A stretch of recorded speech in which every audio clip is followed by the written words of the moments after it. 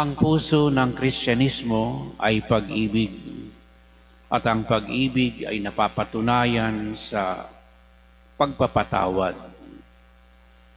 Dahil kapag nagmahal ka, kahit kaaway mo na gumawa sa iyo ng masama, ay patatawarin mo. At bakit? Sapagkat nauna ng nahabag at nagpatawad ang Diyos sa atin. Inilalarawan sa Ebanghelyo ang figura ng Diyos. Kung tutuusin, kahit ipagbili natin ang lahat na meron tayo, pati tayo, wala naman talaga tayong maibabayan sa Diyos. Buhay natin, utang natin sa Kanya. Hindi yun nababayaran ng halaga.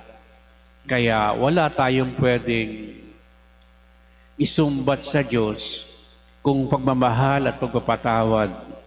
At sa katunayan, ang Kanyang bugtong na anak pa nga ay dumating para ipahayag ang pag-ibig at pagpapatawad na ito upang tayong lahat na nagkakasala sa Diyos ay makatanggap ng habag at awa ng Diyos.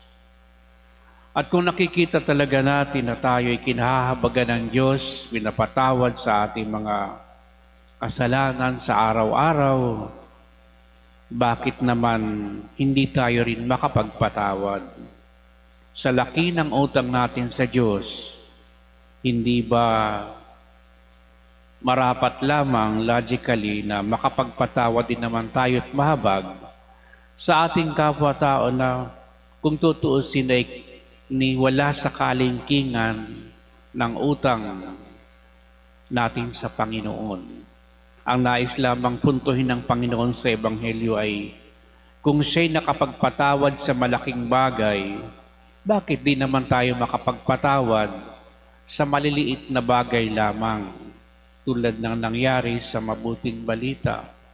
Ano ba ang comparison ng 10 milyon sa 500 lamang? Kung bagay barya lamang yung pautang natin sa ating kapwa, bakit hindi naman natin mapatawad samantalang tayo ngayon nakatanggap ng milyon-milyon na di na natin binayaran? Yan ang napakahalagang punto. Ikalawang punto, mga kapatid, kung bakit dapat tayo nagpapatawad ay hindi lamang dahil sa nauna nang nagpatawad sa atin ng Diyos.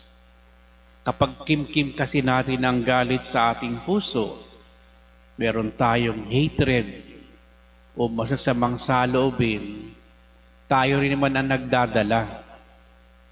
Hindi mo pwedeng ipabilanggo yung tao na may utang sa iyo, sapagkat ang totoo, hanggat di mo siya napapatawad, maipabilanggo mo man siya, nakabilanggo ka rin sa iyong galit dahil hindi ka nakapagpapatawad.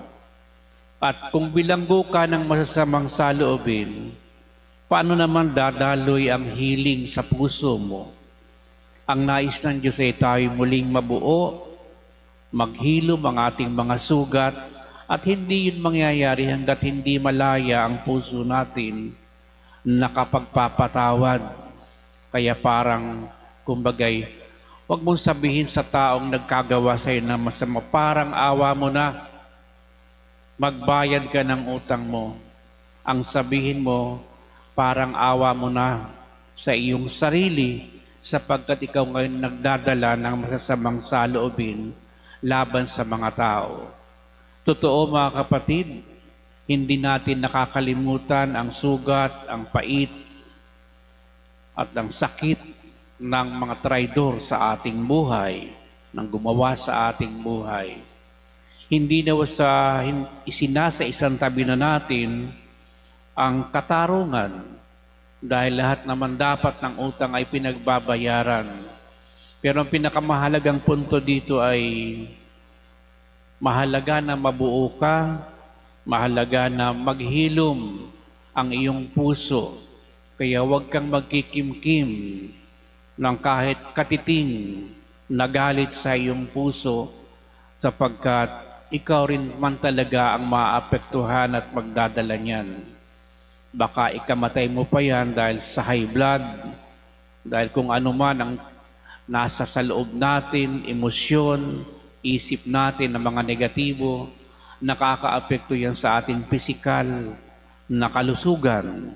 Kaya mahalagang palagay malaya ang ating puso para tayo ay nakapagmamahal, nakagagawa ng mabuti sa kapwa. Hindi buong buo ang ating gampanin at pagtupad sa kalooban ng Diyos habang marami tayong kinikimkim, dinadala na sama ng loob bunga ng masasamang karanasan sa nakaraan.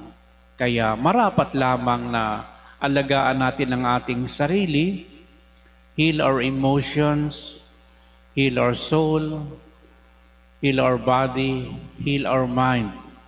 Sapagkat yun ang ibig sabihin ng health and wellness, spiritual well-being, physical well-being, emotional well-being, mental well-being, and all of that. Pero yung pinaka-core palagi ay from the bottom, spiritual well-being. Dahil yun ang pinaka-ugat, yung kumbaga yung pinaka-sentro ng ating pagkatao. Kapag tayo pinaghilom ng Diyos,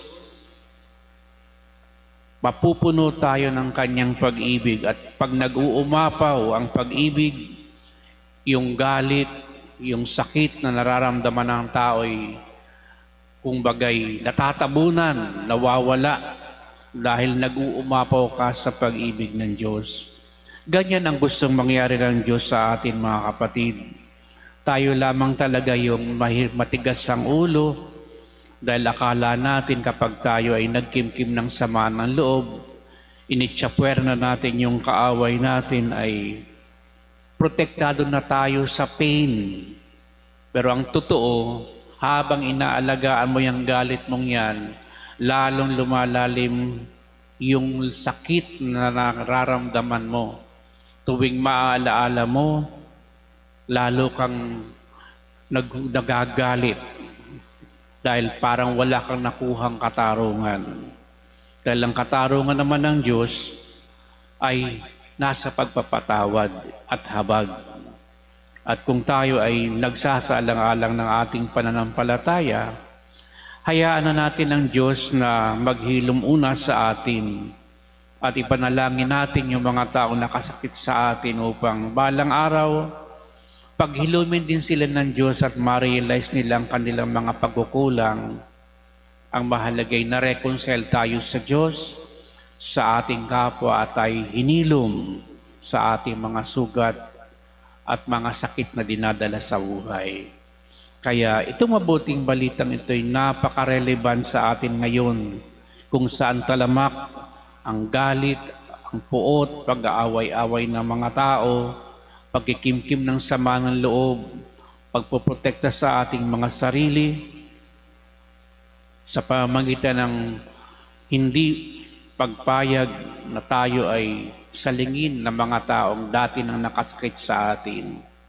Kaya mga kapatid, ipanalangin na lamang natin ang ating mga sarili, ganon din ang mga taong nakasakit sa atin, at hingin ang biyayang paghilumin tayo ng Diyos sa mga sakit natin dinadala sa araw-araw.